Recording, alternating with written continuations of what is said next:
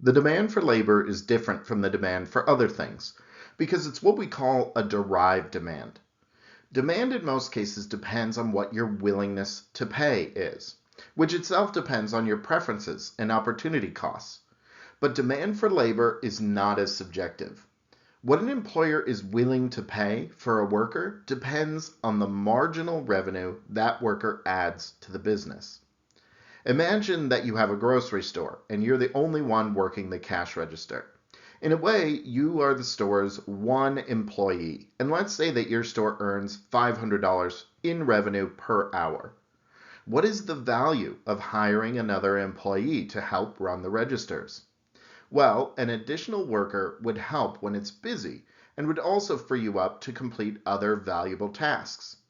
Perhaps after hiring an additional worker, your revenues increase to $615, which allows us to calculate the marginal revenue of that worker. Hiring that additional worker increased revenue by $115 per hour. That means you would only be willing to hire this worker if they will accept less than $115 per hour. What about a second worker?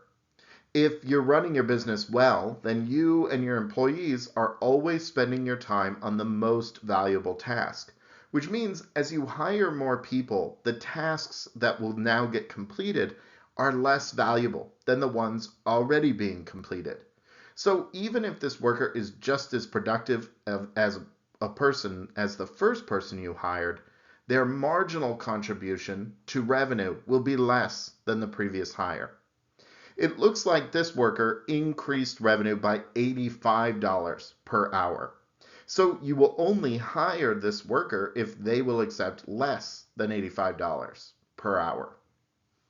Hiring another worker is still good for the bottom line, increasing revenue by $60.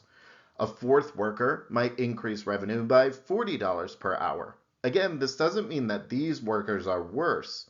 The diminishing marginal returns of hiring workers happens because the additional work that will be completed when this person is hired just doesn't increase revenue as much.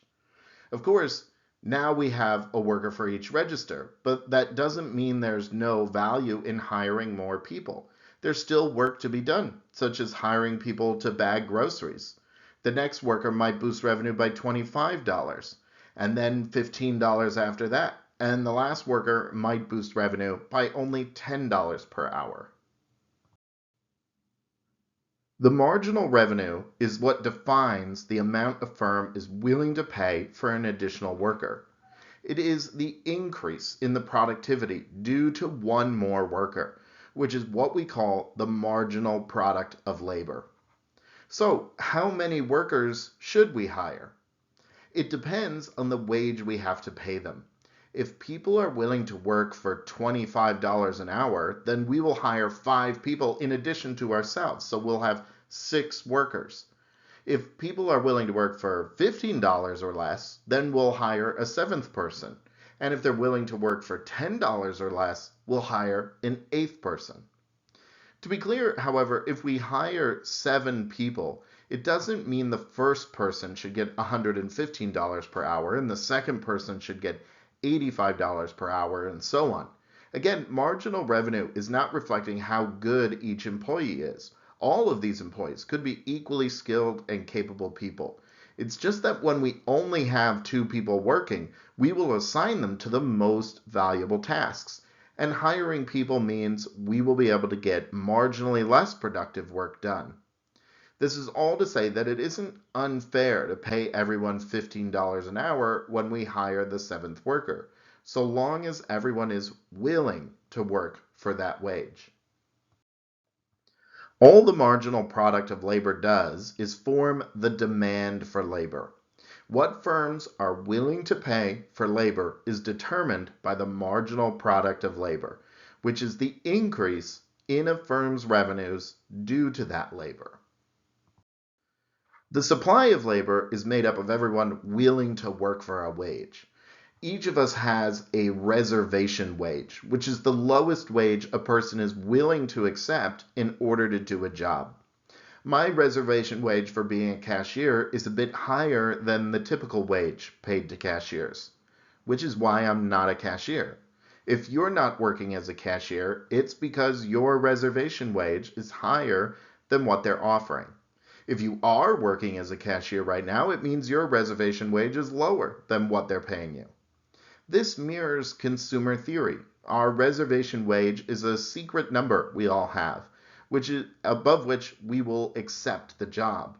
Just as our willingness to pay for products is a secret number, and when the price is below that number, we'll buy something. So what determines our reservation wage? Lots of things. My reservation wage for becoming a cashier is high because I already have another job, which pays a little better than most cashier jobs. Other job opportunities are a big, perhaps the biggest component in our reservation wage. If you're currently a cashier, I would guess that you're in this class right now because you're working to expand your job opportunities and don't plan to be a cashier forever. Working conditions can also be a big part of our reservation wage. Many people turn down job opportunities that pay more than their current job because that job would be more dangerous, less fun, or more stressful. And there's also the work-life balance to consider. Head back to chapter 3 and rewatch our video on the labor-leisure decision. Lots of people choose to work less when given a good wage because they would rather have more leisure time rather than more money.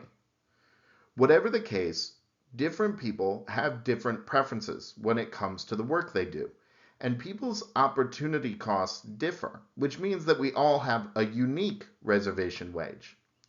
If the going wage is only $10 per hour, only one of these potential workers will apply for the job. If the going wage is $13 per hour, 5 of these workers will apply for a job. And at $18 per hour, 7 of them will apply. And that willingness to accept is what defines the supply curve for labor. When you put supply and demand together, you have a market where competition will drive the wage to a point where supply and demand cross. Here they cross at a wage of $15 per hour. At that wage, 6 people are willing to work, and the grocery store is willing to hire 6 people. If the wage were higher, there would be more applicants than positions available, and workers would compete the wage down. If the wage were lower, the firm wouldn't be able to fill all the positions it wants to hire for. In order to maximize profits, they'll want to raise the wage until they find the number of positions where it's profitable to hire someone at that wage. This is all kind of boring, right? But this is one of the most important and useful conclusions you will get in this class. Why do some people get paid high wages while other people get paid low wages? This is a really critical question. The answer is that markets set wages, and they're set by the interaction of people's willingness to accept wages and the marginal product of labor. If you feel you're underpaid, it's because there's lots of people who can do what you can do, or because the marginal product of your labor is not very high. This analysis also gives us a recipe for increasing people's wages. I, for one, would like it if everyone gets richer. The way we get wages to go up is by increasing the marginal product of labor.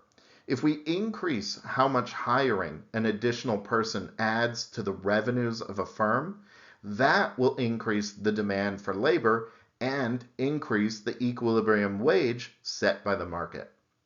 To increase people's marginal product, we have to increase their productivity. We need to take someone who can add $15 of revenue per hour to their firm and turn them into someone who can add $20 of revenue per hour to their firm. There are a couple of ways of doing that. We can do that through innovation and the creation of better tools, which, when used by the employee, increases their productivity. Cashiers used to have to type in each price one at a time, but then they invented barcodes and barcode scanners. And now one cashier could do the work it used to take 2 or 3 cashiers to do. And so their wages went up. The same is true for self-checkout stations. Rather than have cashiers ring up small orders one at a time, customers are able to quickly do it themselves while overseen by a single cashier. Innovation leads to higher productivity, which leads to higher wages. The other thing we can do is increase the skills of our workers. We could train cashiers so they are better and faster at running a register, better at increasing sales, and better at getting customers to want to come back to the store. Education and training build our stock of skills, and that can boost productivity as well, which will end up boosting demand for our labor and increasing our wages. But let me ask you something. You are in college right now, getting an education, presumably to boost your stock of skills and increase the demand for your labor so that you can earn higher wages. That means the whole purpose of you sitting here and watching this video is that this video is increasing your skills and making your labor more valuable. So here's my question.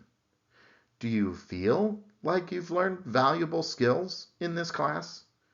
Do you know how to do stuff you didn't know how to do before that you'll need to know how to do in some future high-paying job? That's the subject of our next video.